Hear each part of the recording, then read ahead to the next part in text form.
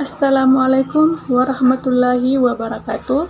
Perkenalkan, nama saya Novita Sari dari kelompok 1. Nah, di sini saya akan menjelaskan mengenai elektronik bisnis global dan sistem informasi dalam bisnis global kekinian.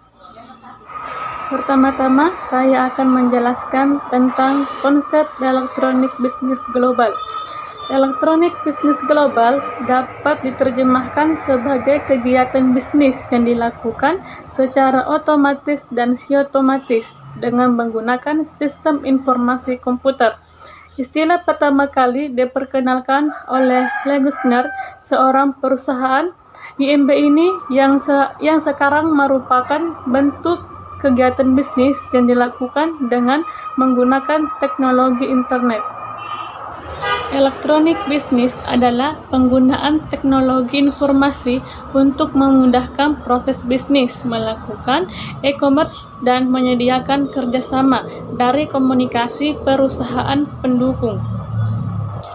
Fungsi elektronik bisnis adalah mendukung bagian pemasaran produksi, keuangan, dan human resource management atau HRM dengan menerapkan bisnis perusahaan seakan membuka toko di berbagai daerah, bahkan negara, karena konsumen dari berbagai belahan dunia dapat diakses situsnya melakukan transaksi kapan saja dan tanpa harus meninggalkan rumah. Pasar dan produk digital. Pasar digital yang dikenal dengan electronic market diartikan sebagai tempat bertemunya para penjual dan pembeli melalui internet, mekanisme yang terjadi di market. Pada hakikatnya merupakan adopsi dari konsep pasar bebas dan pasar terbuka. Dalam arti, siapa saja terbuka untuk masuk ke arena tersebut dan bebas melakukan berbagai inisiatif bisnis yang mengarah pada transaksi pertukaran barang atau jasa. Produk digital atau elektronik. Produk merupakan produk yang ditawarkan melalui bisnis internet. Hanya produk-produk yang secara global menjadi kebutuhan dan dimintai masyarakat serta memiliki standar kualitas yang dapat dipasarkan melalui internet. Nah, itulah penjelasan dari saya. Materi selanjutnya akan disampaikan oleh rekan saya. Bismillahirrahmanirrahim. Di sini saya akan menjelaskan tentang model e-bisnis. Model e-bisnis yang pertama yaitu business to business atau B2B. B2B adalah pertukaran jasa, informasi atau produk dari produsen kepada produsen dengan menggunakan internet atau teknologi perdagangan elektronik. B2B pada intinya yaitu Electronic Data Interchange atau ED melalui internet menggunakan website. ED atau Electronic Data Interchange adalah metode untuk saling bertukar data bisnis atau bertransaksi secara elektronik melalui jaringan komputer.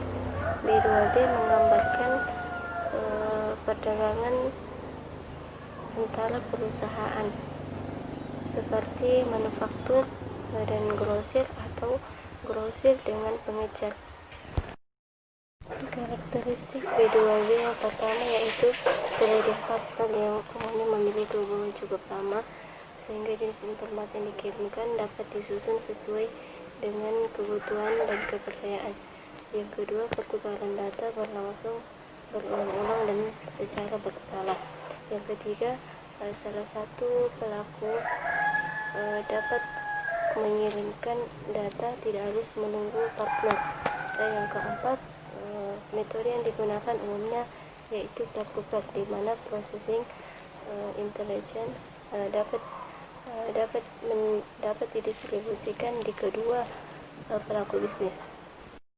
Model yang kedua yaitu business to customer atau B2C.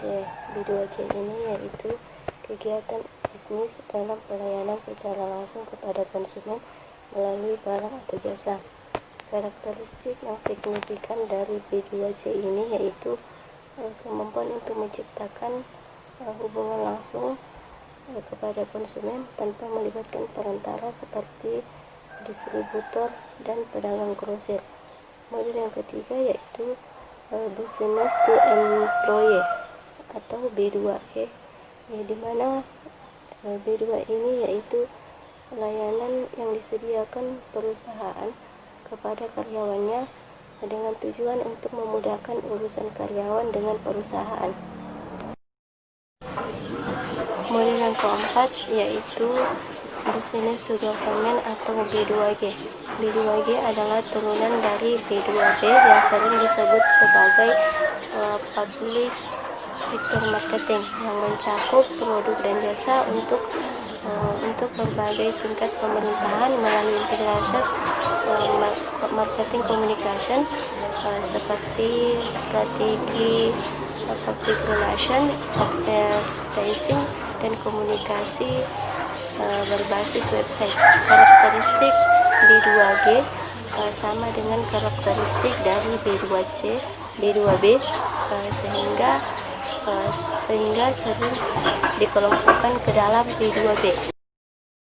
Model yang kelima yaitu customer to customer atau C2C. C2C adalah model bisnis yang menjamur di Indonesia pada saat ini.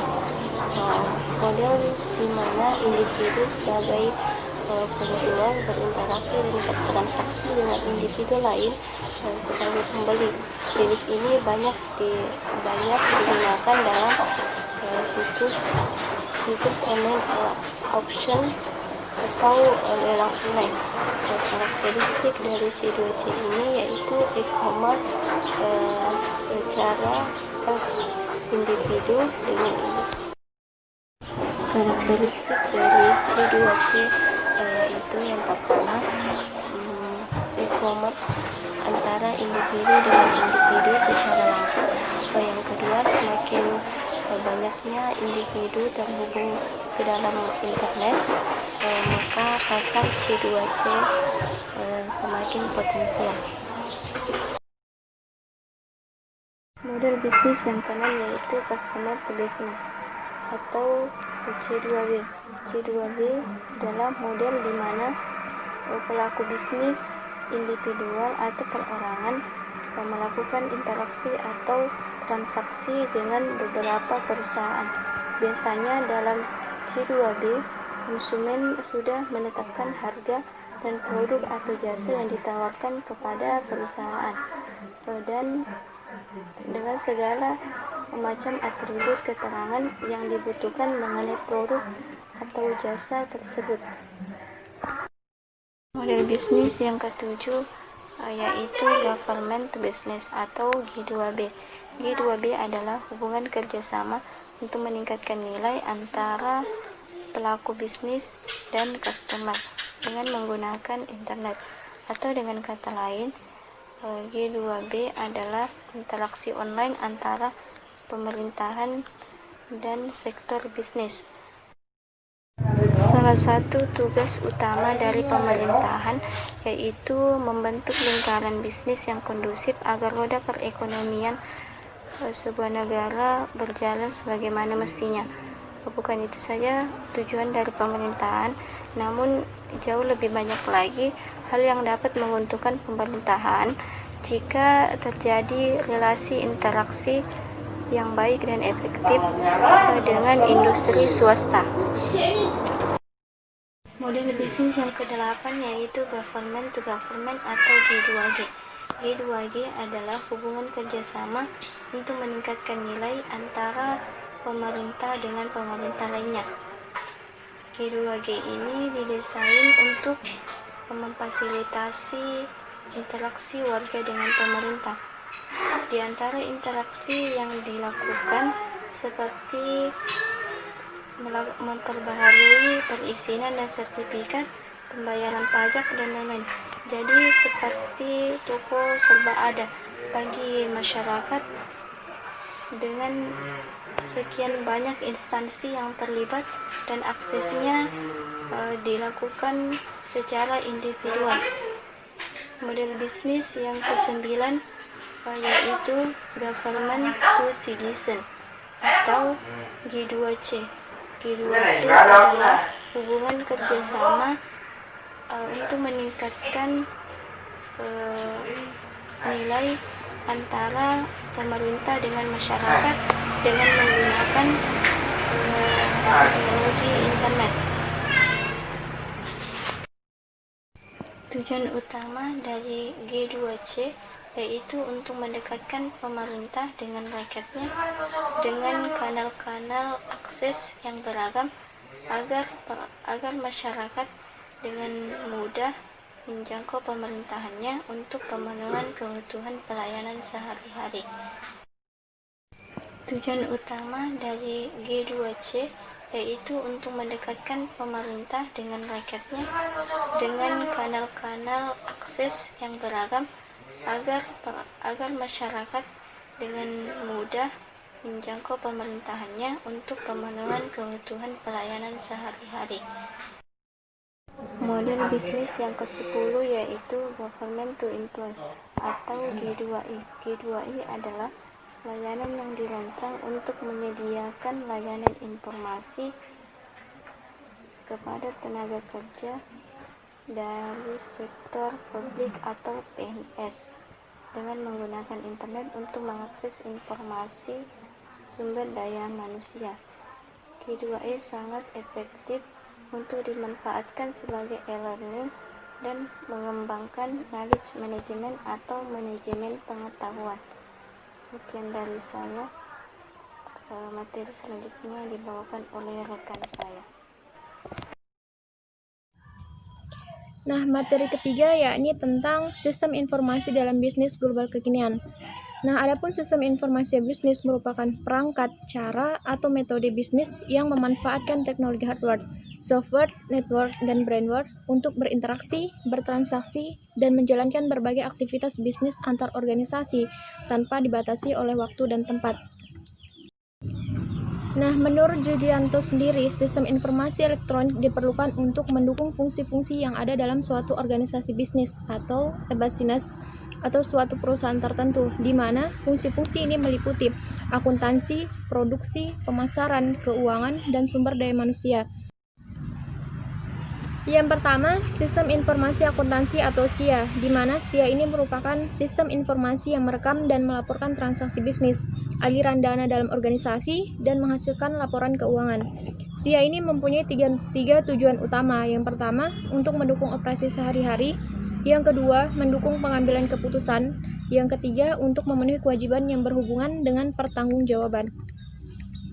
Nah, yang kedua, yakni sistem informasi produksi, merupakan sistem informasi yang mendukung perencanaan, kontrol, dan penyelesaian proses manufaktur.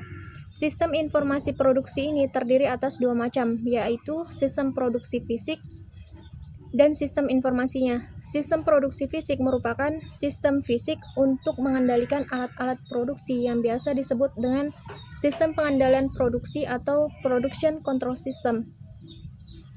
Nah, sementara sistem informasi produksi menghasilkan informasi kepada manajer-manajer di fungsi produksi. Yang ketiga, ada sistem informasi pemasaran. Sistem informasi pemasaran ini adalah sistem informasi yang mendukung perencanaan, kontrol, dan pemrosesan transaksi yang dibutuhkan untuk penyelesaian aktivitas pemasaran, seperti manajemen penjualan, advertising, dan promosi. Sistem informasi pemasaran ini mempunyai komponen yang sama dengan sistem informasi pada umumnya. Yang membedakannya hanyalah komponen SIMPEM atau sistem informasi pemasaran ini berada pada konteks khusus pemasaran atau marketing. Selanjutnya, yakni sistem informasi keuangan adalah sistem informasi yang mendukung tugas manajer keuangan dalam mengatur keuangan perusahaan dan mengontrol sumber daya keuangan. Nah, komponennya adalah input berupa data eksternal keuangan, data internal keuangan, dan sistem informasi akuntansi. Yang terakhir adalah sistem informasi sumber daya manusia. Sistem ini merupakan sistem informasi yang mendukung aktivitas manajemen sumber daya manusia seperti perekrutan pegawai, seleksi, penerimaan, penempatan, penilaian performa, pelatihan, dan pengembangan. Nah, sistem-sistem yang saya sebutkan tadi menunjukkan bahwa sistem informasi fungsional beserta aplikasinya di masing-masing area. Aplikasi-aplikasi ini merupakan aplikasi untuk 3 level manajemen yang sangat menentukan kesuksesan para manajer profesional dalam mengelola organisasi bisnis yang menggunakan sistem informasi business. Nah, Charles Riger dan Mary menyatakan bahwa terdapat 5 keuntungan ketika suatu perusahaan melakukan e-business. Yang pertama, efisiensi, di mana manfaat utama organisasi bisnis profesional yang terjun ke dunia e-business atau electronic business adalah perbaikan tingkat efisiensi. Seperti adanya penggunaan teknologi informasi. Dengan memanfaatkan teknologi informasi dalam berbagai rangkaian bisnis, maka akan terlihat bagaimana perusahaan dapat mengurangi total biaya operasional yang dikeluarkan. Misal, perusahaan dapat menggunakan aplikasi email yang kemudian dapat mengurangi biaya komunikasi, ataupun penggunaan website yang kemudian dapat mengurangi biaya pemasaran dan humas. Yang kedua, effectiveness. Manfaat ini dirasakan ketika terjadi perubahan-perubahan yang cukup signifikan dalam cara perusahaan atau organisasi bisnis profesional melakukan aktivitas operasional sehari-hari. Misalnya, dengan memanfaatkan teknologi internet perusahaan yang dapat berhubungan dengan pelanggannya non-stop 7 hari seminggu dan ataupun 24 jam sehari. Yang ketiga, reach. Manfaat ini diperoleh perusahaan yang berhubungan dengan kemampuan elektronik teknologi di dalam memperluas jangkauan dan ruang gerak perusahaan, di mana ketika perusahaan menghubungkan diri dengan internet, berarti secara tidak langsung perusahaan telah menghubungkan dirinya dengan ratusan juta calon pelanggan di berbagai belahan bumi tanpa dibatasi oleh waktu dan tempat. Nah, manfaat yang keempat adalah structure, di mana manfaat penerapan e-business berkaitan dengan terciptanya berbagai jenis produk-produk maupun jasa-jasa baru akibat berkonvergensinya sektor industri yang selama ini secara struktur terlihat berdiri sendiri.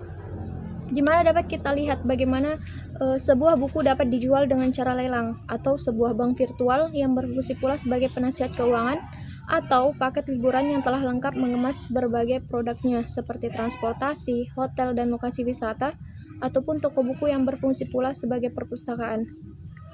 Manfaat yang terakhir adalah opportunity. Manfaat terakhir ini adalah terbukanya peluang yang lebar bagi pelaku bisnis untuk berinovasi dalam menciptakan produk-produk ataupun jasa-jasa baru yang kemudian akan berakibat ditemukannya elektronik teknologi atau e-teknologi yang baru dari masa ke masa, di mana kita dapat lihat bagaimana berbagai jenis model bisnis atau bisnis model baru selalu ditawarkan oleh beraneka ragam situs yang berkembang dengan pesat di internet.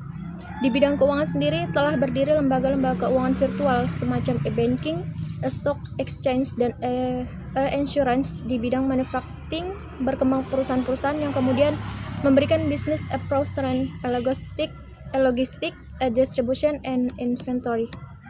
Karena itu, setiap organisasi bisnis atau perusahaan memerlukan sebuah sistem informasi e-bisnis yang handal, yang kemudian dapat membantu mencapai tujuan perusahaan sekaligus mengatasi hal yang sering dialami oleh perusahaan, yakni persaingan bisnis yang semakin ketat dalam era digital. Hal ini merupakan tugas para manajer untuk bagaimana menerapkan sistem informasi bisnis yang tepat, yang kemudian dapat membantu melaksanakan tugas-tugasnya di dalam mengelola organisasi secara profesional.